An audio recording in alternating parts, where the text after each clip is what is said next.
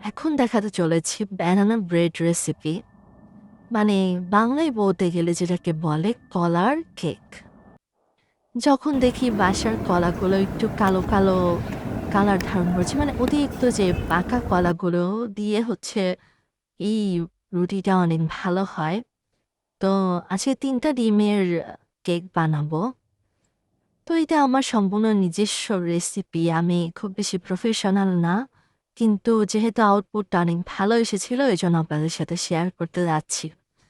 ৩টা ডিম এখানে আমি ভেঙে নিয়েছি। ভেঙে নিয়ে একটু বিট করে নিচ্ছি। এটা আগে থেকে বিট না করলেও হয়, তবে যদি একটু পারফেক্ট চান তাহলে অবশ্যই স্টেপ বাই স্টেপ ফলো করতে পারেন। ১ম এ একটু বিট করে নিব ভালো করে, এই যে একটা ফোম একটা ভাব, একটা মেরাং টাইপের করে নিব। যেহেতু আমি কুসুমটা একসাথে দিয়েছি, তো এখানে মেরাং বলাটা উচিত হবে না। ডিমের ফোমই করে নিচ্ছি আরকি। তো তারপরে এর ভিতরে আমি এড করে দিব চিনি। চিনিটা একটু বুঝে শুনে এড করতে হবে, কারণ যেহেতু মিষ্টি কলা আমরা এড করেছি। তো এখানে যদি একটু চিনি বেশি দেওয়া হয়ে যায়, তবে মিষ্টির কোয়ান্টিটিটা বেশি হয়ে যাবে। আর যদি আপনারা হেলদি রাখতে চান ব্যাপারটাকে, তাহলে একটু ব্রাউন সুগার ইউজ করতে পারেন। আমার কাছে ছিল না, এজন্য আমি ইউজ করিনি। তো এই 1/4 কাপ চিনি আমি এখানে এড করে দিয়েছি। এড করে দিয়ে আমি ৩ বারে এটাকে এড করব, করে আস্তে, আস্তে বিট করে নিব। তারপর আমি এর ভিতরে এড করেছিলাম ভ্যানিলা এসেন্স। ভ্যানিলা এসেন্সটা কিন্তু অবশ্যই ইউজ করতে হবে, কারণ এখানে একটা ডিমের ব্যাড স্মেল থাকে। যেহেতু আমরা ব্যানানা ব্রেড বানাচ্ছি, তা আপনারা ব্যানানা এসেন্সটাও ইউজ করতে পারেন যদি আপনাদের হাতের নাগালে থাকে।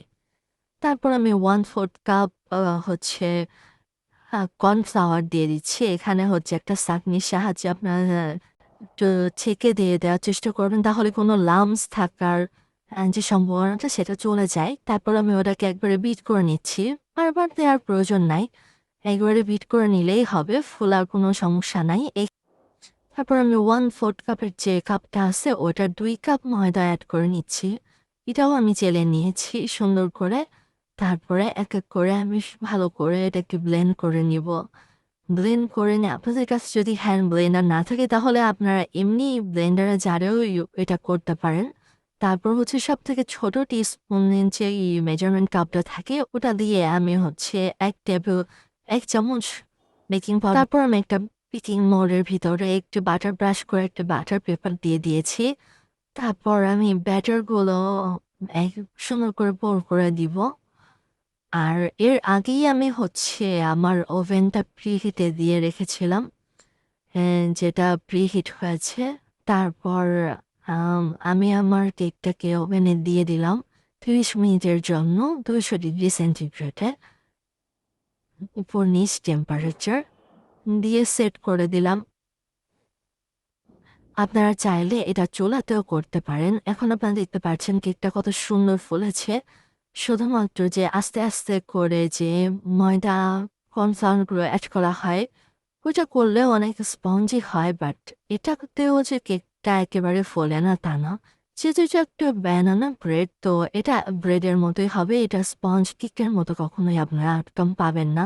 তো এটার টেস্ট কিন্তু সম্পূর্ণ ডিফারেন্ট। আমরা বেকারিতে যে কেকগুলা খাই সবসময়, ওটা আপনারা ঘরে বসেই সেই ফিলটা পেতে পারেন। দেখুন কতটা সুন্দর সফট হয়েছে এবং খুবই ক্রিমি ছিল, ভালো লাগছিল খেতে।